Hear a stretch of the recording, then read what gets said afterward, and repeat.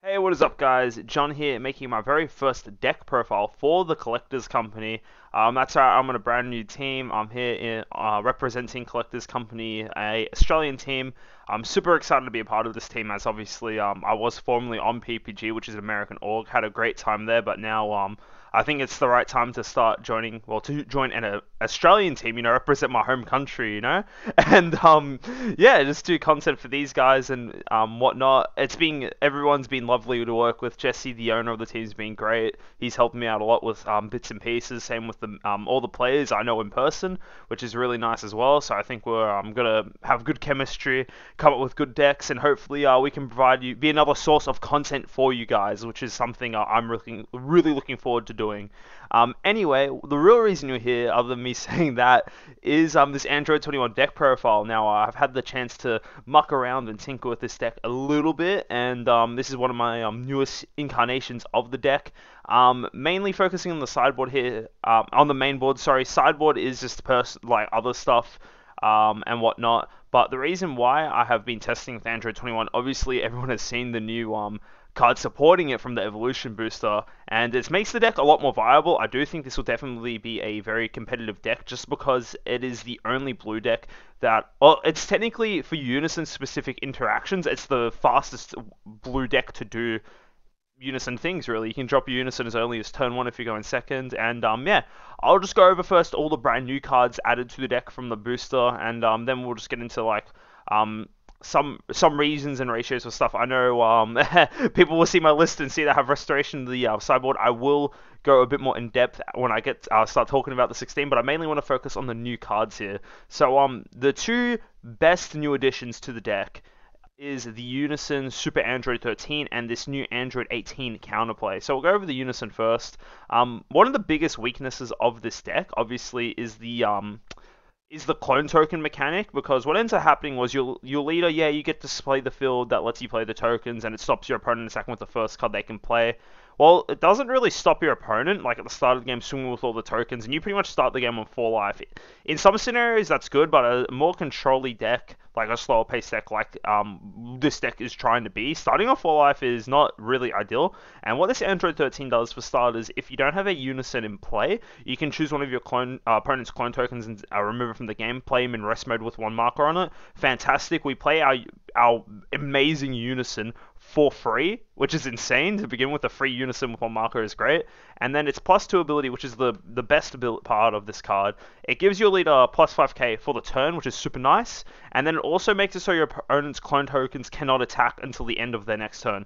That is amazing. Literally, this one card alone just mitigates the biggest problem this deck has, which is just getting aggroed out by your own clone tokens, which you're meant to be using to help you, in a sense. So it's really good they finally made a way to be super defensive with that, and just work around it, really. And then the -4 is an active battle, which is really great, can catch people by surprise. This card gets 11k power and double strike, making it a 25k double striker. Great way to close out for game. Another great way to just swing into Unisons, deal with those. Fantastic card.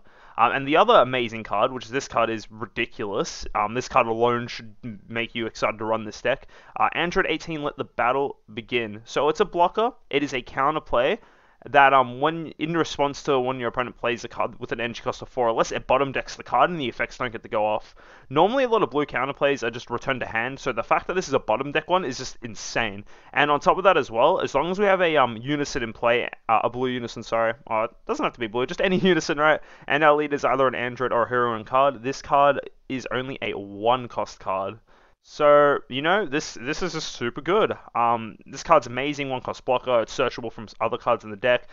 This card just so much value. You play it, you block an attack, and even if your opponent's playing a 5-cost card or a 6-cost card or a Unison, right, you can still play this in response to that, even though you're not bottom decking the card, and still get a blocker out for 1 energy. It's just amazing. It's just such a great defensive tool that the deck really needed. Moving along, another great card for the deck, this Android 16 here.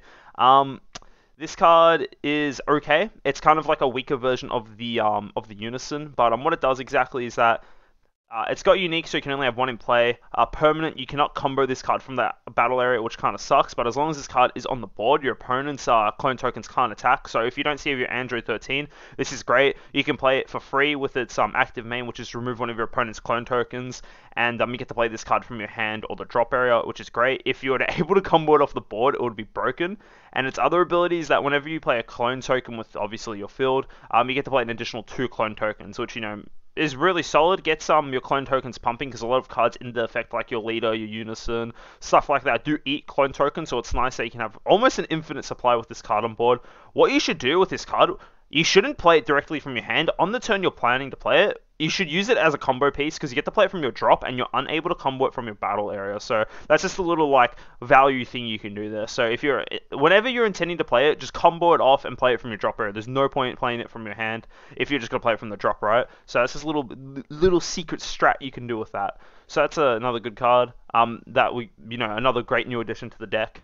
The last 2 cards I have in the main board is this Android 16 Steadfast Comeback. This card is ridiculously good. This card's good even outside of this archetype, but what it does is that when you it has dual attack, arrival, blocker, and revenge, right? 4 keyword skills that are super insane. Blue green, right? Obviously 2 energy cost arrival isn't ideal, and it's also a 5k combo, but it's auto makes up for it, I think. So if your leader is either blue or green, when you play this card from your hand, you choose one of the 2 effects, right? You choose the worst effect. We'll go over first. Is you place a 1-cost Android card that is blue from your deck to the drop area, which would be the 16, so you can play it for free. You never want to do this, it's such a horrible effect. But the effect you are using, though, when you play this card, your opponent has to discard a card from their hand. So generally, what the combo is, one of the strategies of it, you just want to try and grind your opponent out with this deck. Try and get them to like as little cards as hand as possible, and just grind them out. That's all this deck really achieves to do. It's not necessarily hand control, it's just a grindy deck, right? And so the best way to play this card, obviously, use your Android 18 super combo, make them bottom deck a card, and then you arrival this bad boy, and then boom, you just made them neg 2, and you got this thick, meaty Android 16 on the board, which is blocker and dual attack and has revenge, right? This card is like, you know, it's just like an all-terrain vehicle, really. It's just, this guy's insane.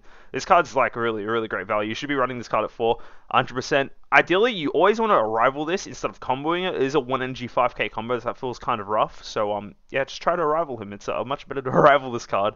And then our final card that we have in the main board, that is a brand new card, is our new boss monster, our Android 17 and 18 Siblings Revived. We only run 2 in the main board because it is a card that costs 8 energy, and if you've played this game, getting to 8 energy isn't realistic a lot of the time. You usually are able to close out games beforehand, even with this deck, which is a grind deck, right? This is just meant to be our boss monster that guarantees the win. So what this card has, it has Deflect, Double Strike, and Dual Attack. It's really good that they gave this card Deflect, because it's pretty much immune to all the the free Unison counter plays, right? Yeah, it can still get hit by Freeze, or oh wait, no, it can't. Freeze only hits 7 or less, it's an 8 drop array. So the 2 effects this card has is, the first effect is that when you play this card, you choose any number of your opponent's cards, ignoring barrier, and just kill them, right? Place them in the drop area. Fantastic. It's literally just wipe your opponent's board, right? And then you also get the untap one, which is, you know, pretty good for being a bit defensive, because this isn't necessarily a card you win on the turn you play it. You usually win the following turn you play it. So it's good that you get the untap one, and then the other ability is that when this card attacks, you get to look at your opponent's hand, and you choose 2 cards from them and place them in their energy. It's pretty funny, this effect. I had a game while I was testing this where I got both these cards out. The game just went long enough, right? And I ran my opponent like 10 energy because I was swinging with these over the course of 2 turns, right? So my opponent had infinite energy, but he had negative hand, so he couldn't do anything. That was pretty funny, actually. But yeah, this effect's great. Yes, you're giving your opponent more energy to work with, but at the same time, at that point in the game, they should already have enough energy to do what they want realistically anyway, and you are choosing the best cards in the hand and putting them in the energy. That's like even more brutal than bottom decking it or setting torp or whatever, because it's almost...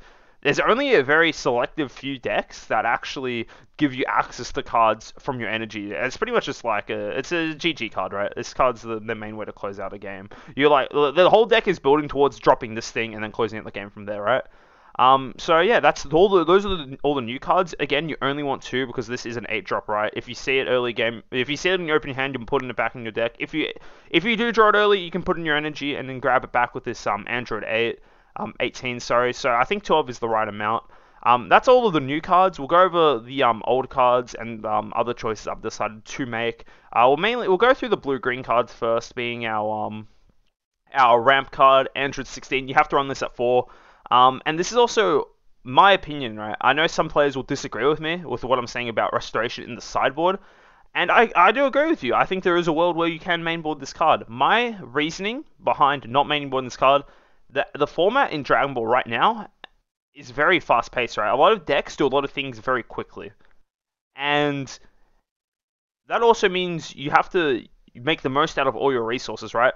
In a world, right, where you're going first, you charge an energy. So you're on 5 energy, right?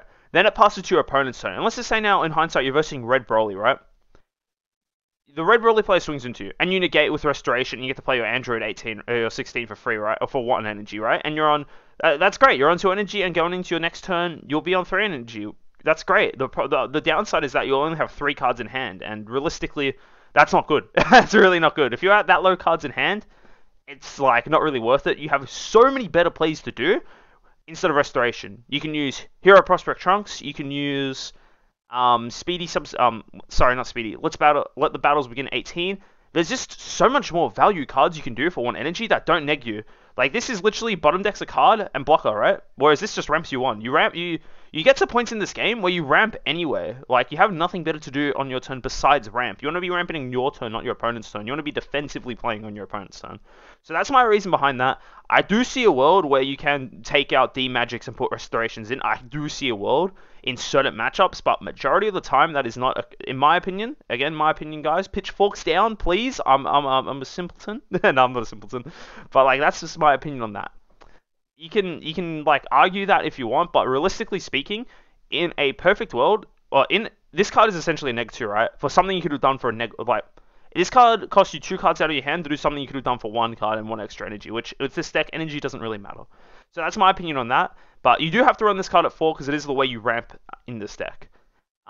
Next, we have our Checkland Android Super 17.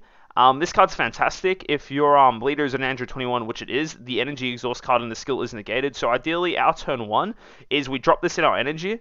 Active mode, then we use Android 18. We play this. At the end of the turn, we bounce this card back to our hand and put a different dual color card in our energy. And then so our following turn, we can just charge the one we added back to our hand. That's the little combo you want to do there.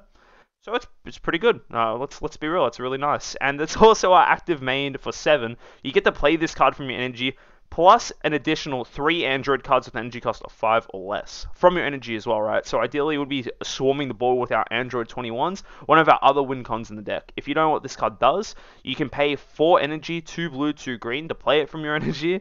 You can tap itself for the cost as well. So, you know, in hindsight, it's kind of like a 3 cost, not really, but anyway. You play this from your energy, and then when you play this card, you choose one of your opponents, you choose one of your energy and place it in the drop area. That's fine. Just choose one of your extra energy. It's all good. And then you choose one of your opponent's battle cards and one of your opponent's life, and they go straight to the drop arrow. This is just one of your main ways to just burn your opponent, right? From, you know, whatever life it is, putting them, ideally from 1 to 0, right? Whatnot. So this card's really great. One of our main ways to close out the game. And that's it for blue-green cards. So the last remaining cards I have yet to talk about. We'll go over our one of Unison here. This card... realistically, the later the game goes, the less value Super Android 13 gets, and if you have Android 16 on board anyway, it does the same thing and mitigates you getting attacked, so that's fine. We only run one of it though, because 9 out of 10 times it's easier to play the other Unison, but if you don't have Android 13 out on board and it's safe to play this card, it's great to play, mainly for the ability to constantly just get additional draw. One of the biggest problems with this deck is that it lacks a lot of draw power. Yeah, the leader can draw without interacting with your opponent, but it's only 1 card per turn, where a lot of leaders can generate like more than 1 card per turn, right? So this is just additional draw power, which the deck really needs, because the worst matchup for this deck is hand destruction. Next, we have Hero Prospect Trunks. It's amazing, this deck. If you're going second, you have this live from turn 1 because you're free playing in Unison on your first turn of the game. So this is live from turn 1. I like to build decks with cards I physically own. Obviously, I don't know any of the new cards, right? But I think it'll be easier for me to get some new SRs than it is to get like a $200 winner pack promo in OCE, you know? So I only own 2. And that's why I only have 2 in the main. I do see if you own more of this, I reckon 3 is a sweet spot for it because Android 18... a lot of the times it's just better. Like, Trunks can is like a floodgate for certain matchups, right? In the matchups, it's good, it's amazing. Like example, versus Dark Broly, you run for 100%. Versus other decks though, like Android 18s is better. Like a lot of the time, I'd rather spend one energy on 18 than Trunks in a lot more matchups. But when the matchups Trunks is God, it just wins you hands down. So that's yeah, you just side them in and out, right? It's just sideboard exists to use it, you know. Next, we have the last cards I haven't talked about. I haven't really explained what this 18 does. I said that when you play it at the end of the turn, you choose a blue-green card from your energy, bounce it back to your hand, then put another any card from your hand into your energy. This is again the combo I talked about with 17. But the other really good play you can do with it when you do play it, you do get to look at the top 5 of your deck for an Android card. Pretty much every card in this deck outside of you know, our Trunkses and our Keflas, I guess, is an Android. So majority of the time you will hit with this card. And so yeah, it's super high value. Next we have this Android 21 Scullery Gambit. I love the name of this card. I have a thing for gambits, you know. I love gambits. But what this card does is that it's got blocker barrier, and you just choose one of your opponent's clone tokens and eat it up, and you get to play it from your hand for free. And it does have blocker and barrier, so you know you can use another defensive card. And the other ability it has is that if you have 5 or more energy, you can place this card in your drop area. And when your opponent's playing a battle card that costs more than their total energy, it gets placed at the bottom of the deck instead. You never really using that effect, but it is an option that's there, so keep your eyes peeled for that. The really important thing about this is that you want to play this card before on your kill turn for Android 17 and 18, because your field makes it so the very first card you play for the turn can't attack. So sometimes you might be forced into a situation where, well, I really want to play my 17, 18, but I can't swing with it on the turn I play, which kind of sucks. So what you can do instead, you free play this, which eats up that negative, like takes the summoning sickness, I guess, from the field, and then you play your 18, 17. So I think 18, 17, yeah, 18, 17. Then you play that and do this thing. So yeah, I really want to bump this up, but like I feel like there's still room to play with the ratios in this deck. Like this is a 53 card deck, and it's, you know, pretty tight for space. I would love to make more room for this card, but I don't think it's possible. I just want one more of this card, honestly. But it's just kind of hard. This deck space is kind of tight because of the amount of stuff you need to fit in there. Lastly, we have our SCR Hatchiak. It's just, you know, it's one of the best SCRs in the game. The best SCR for blue for sure. It's literally just an Uno skip, buys you an extra turn. You can have this as early as, like, technically it's live from turn 2, because your turn 1 you charge an energy. Following turn you play your 16 to ramp and you're on 3, so that's really great. It can help you just survive matchups just hands down, right? It's literally an Uno skip, right? It's pretty good. And then we have Kefla. I was talking about before how one of the biggest weaknesses of this deck is hand destruction, and this card is amazing. This card can carry you through a lot of things, and once you establish one of these on board, and if your opponent's unable to answer it, which it is actually kind of hard to answer this card in this particular deck, because most of decks use battle cards for board clear, right? We have access to so much free like counterplays that negate that, right? If they play Freezer, we bounce it back to Trunks. They play a forecast to clear it with bottom deck with 18, right? So we've got a lot of options to deal with it getting removed, but it does have unique before unique was a thing. Even though it does say 7 cost, it costs 1 less for every blue battle card you have in play. That includes blue-green cards, so realistically, the 4 cards you'll have in play to trigger this effect, you will have maybe 1 or 2 18s, which is a 1-drop. You have your 16 ramp, that's another one again. And then also you have the free play 16 or even the free play 21. So it is actually really easy to get 4 battle cards in play with this deck, and making this Kefla a 3-drop, right? And then every time you use the active main, you draw 2 cards, and at the end of the turn, you get to untap 2 energy. That just gives you all the defensive options in the world. And, like, you know, just untapping 2 seems pretty good, you know, just great. Draw 2, hell yeah, seems good. So that's, yeah, that's it for the main board. Again, I was talking about things you could potentially change. I'm tempted to experiment.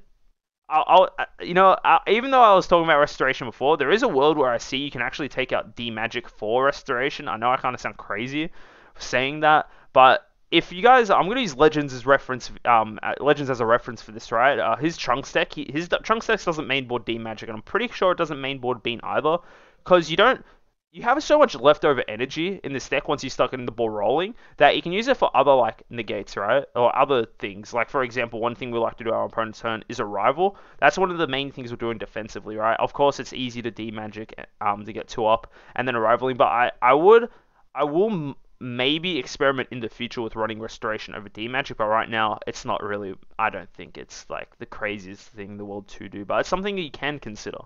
Anyway, let's talk about the sideboard. There is another card that I'm going to talk about first here that I am not running. In the main is this Android 16 here, Steadfast Ally. So this card, I've got in the sideboard. Think of the sideboard, right, as things you could run in the main, by the way, and some actual sideboard stuff. This is just my list that I would, if I had to go to a tournament tomorrow using this deck, this is the list that I would run for it. Let's put it like that, right? And I'll tell you why. So this Android 16 is actually really strong, but what it does exactly, it has double strike. And a rival for 2 blue, 2 green. And then when this card is played, you get to add a 121 from your deck to your hand, and then you get to play a 21 from your hand, as long as it's 5 cost or less. And every time this card attacks, you choose one of your opponent's cards in their hand and discard it. So let's talk about, obviously, the best effect of this card, right? The player 21. You can do this during your opponent's turn, right? That's really good. There's two really big flaws with this. The first flaw is that counterplays are super prevalent in the format right now, right? If you're versing blue and you try to play this, it gets just chunks back to hand, right? If you're versing mecha, it most likely gets bloodlusted or something like, oh, the new counterplay, right? So there's a lot of things that answer this card's effect, and it costs 4 on top of that, right? You're tapping out 4 for this effect, where it's essentially the same as tapping out 4 to play this from your energy. Yeah, I get it. You can play it on your opponent's turn, and that's like let's be real, playing it on your opponent's turn is super good, but at the same time, in saying that, it's just so susceptible to counterplays, and it kind of just taps you out as well, right? Yeah, you get to pop one of your opponent's cards and deal a life on your opponent's turn is pretty good. Like, I'm not denying that it's good, but I think there's more optimal things you can do for 4 energy on your opponent's turn, right? I think this card is decent in certain matchups, but I think overall, it can't do much. Four energy for this is kind of like pretty sus. That's just my opinion, right? I get it. You can play the 21 off it, but that's just me. I think it's too risky to do so. But in saying that, if you were to run this, there's actually some other good 21 cards you could run. So, for example, this Android 21 here, the Beautiful Scientist. When you play this card, you get to look at the top 7 cards of your deck and just choose any of them and put in your energy in rest mode. So, you can use this Android 16, a rival, then use this if you're not playing the other 21. It's just another option that's there. And it's also a blocker as well. So, yeah, it's an option for if you're running the 16. If you're not running the 16, I wouldn't consider running this card. And then another 21, which is actually also really good, is this Destructive Villain. So, yeah, you go. I'm just trying to make sure it's still in the frame because I've got my beautiful face, in the way. So, anyway, so what this 21 does, right? The villainous effect is that if you have another card with villainous in play, when you play this, your opponent drops a card from their hand. So it's okay, but it's never going to happen in this deck, so I won't worry about it. The main effect is that the order. You choose one of your energy and place in the drop area. Then you choose all your opponent's battle cards with an energy cost of 4 or less, and you just place them at the bottom of their deck. So in a perfect world, right? You arrival this. Again, it's kind of like using the other 21 to pop something mid-battle, but you can get just more value out of this, right? You have to pop an energy for them regardless, but this can literally just wipe your opponent's entire board. Some matchups, it's deadly. Again, it's only a card I would run if you're running the Android 16. Otherwise, I don't think there's too much of a point running it. But it's just an option that's there. I think it's a good tech card, I think. With paired with the 16. Realistically, you'd use this blue-green 21 or this blue 21 with this Android 16. So yeah, that's talking about that. Other cards main board, we've already talked about Restoration. We said that it's an option with 16. There is again, if you want to run it, you can. I don't think in my current list I'm not running it. I do need to test this out a bit more. But again, it's just a little neg, right? Negating, playing it, great value, fantastic. You go neg 2 in your hand though, and this deck lacks a lot of draw power, so that's why my reasoning behind that. Max Power Kamehameha. Unfortunately with this deck, because your field makes it so when you play a black battle card, it goes straight to the drop, there isn't really much point running Meki Kabura, stuff like that. However, using Max Power just lets you get another negate into your hand, and on top of that, it gives you another bit of removal, which this deck also lacks. So I think it's just a great card. It's good in the matchups like Sin Shenron, Dark Broly, etc., etc. It's a good card. Android 21, the Ringleader, you have to run this card because it's the only way in the game where if your Android 21 scheme gets removed by a skill, it's the only way to get that card back. I know there's not that many cards that can remove your field cards, but there's still ways to get around it, and this is the only way to get your field back with the active main for a blue-green. Next we have this Son Goku Striving to be the Best. This card's actually really good in this format. It shuts down a lot of things. The main card being that it shuts down is the Red-Green Piccolo Eradicator of Earth. I think it's called the Alliance one. So that's the reason behind running this card. It's great as a sideboard card to answer that particular card. Again, I was talking about before, drapes are I think fairly important. Not drapes. So this deck's biggest weakness is hand destruction, and just drapes is just a way to mitigate like how much you lose from hand destruction, right? So this is a card I would definitely 100% sideboard for this deck because you need to be able to get cards back. Then four other cards I have in here. We have our Android, our Gotenks, our Piccolo, our Android 21, and our Supreme Technique Son Goku. These cards all function as additional ways to remove clone tokens. The Piccolo functions the same way as the Android 21, where it's just a free play blocker, which is good just defensively, but it's also a way to make value out of tokens because we do spit out a lot of tokens at our opponent's side of the board, just a way to work around that. Next we have our Gotenks. This is like a super combo. You combo it, draw a card, as long as you remove one of your opponent's tokens. A card that I did have originally in the main, but I decided to cut out just to make space for other things, is this 21 Brilliant Idea. When you play this card, you at the end of your opponent's next turn, you get to play 2 additional tokens on their side of the board, which is fine. That's not really the reason we're playing it. The active main is the reason why we play it. So you just eat up one of your opponent's clone tokens, and then you choose one. The first option is being you choose one of your opponent's battle cards and KO it. It's a way to just have inbuilt board clear, which is super nice in this deck. And then the other option is choose one of your leader cards or battle cards and give it 10k crit for the turn. That's super good. If let's just say now we've got a main board, right? Combo with Android 13. The +2 to give our leader 5k, as well as this. Our leader's a base on the front side, for example. It's base 25k critical, which is honestly super good, right?